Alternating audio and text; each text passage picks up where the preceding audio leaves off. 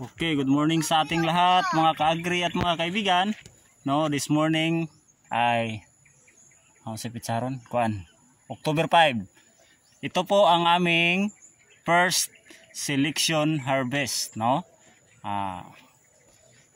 Kasama ko ang aking dalawang chikiting, si Scarlett o si Maverick. Mao ni ako ang pasampulon karon para ipapakita sa inyo mga ka-agri kung paano maingatan ang pag-harvest na hindi po madama yung mga kasunod na mga bulaklak, no, mga ka-agri. Bago ang lahat, shout out po sa lahat ng mga viewers natin, sa lahat, higit sa lahat po ng ating mga subscribers.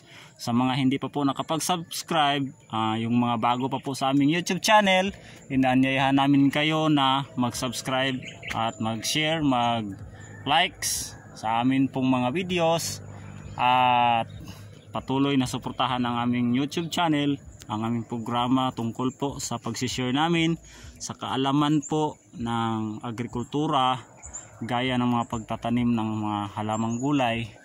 At ngayon mga ka-agri, first harvest po namin, first selection harvest, kasi 45 days na, 46 days na ngayon. Bukas, kahapon sana nag first harvest, pero ang gagawin namin ngayon kami mag first harvest, first selection harvest. Ganito ka, ito ang regular na pwede na nating i-harvest. Huwag masyadong malaki, no, para okay sa market, no. Sige, subukan nyo na. Ganito ang pag-iikot lang, ikot siya, sige, ganyan, huwag mong bunutin, ikot lang, ayan, kuan lang kanang, okay, dahan-dahan lang, ganyan lang mga ka-agri. Yan ang gagawin ko sa mga maging tauhan ko dito na tutulong sa pag-harvest. Ay i-guide ko sila para po maingatan yung mga kasunod kagaya nito. Kapag mag-harvest na ay mayroong mga kasunod na mga bulaklak ay hindi po malalaglag, no, mga ka-agri. At mamaya ay update namin kayo kung ilang kilo ang amin pong nasilik na ma-harvest, no. Okay, ay pagtalikod sa kamera dong, hilig kong pagtalikod. Ito makita, anting ko yung makita nato sa itong mga viewers. May pa si Scarlett. Okay. Okay na.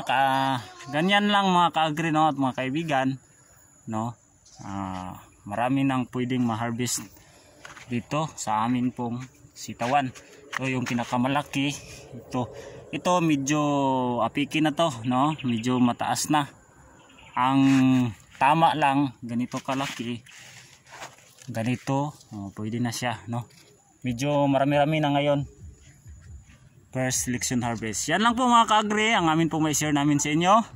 At abangan po ninyo ang mga next video po namin tungkol po sa pag-harvest po namin dito at pag-aalaga ng sitaw na Montenegro powered by Kaneko Seeds.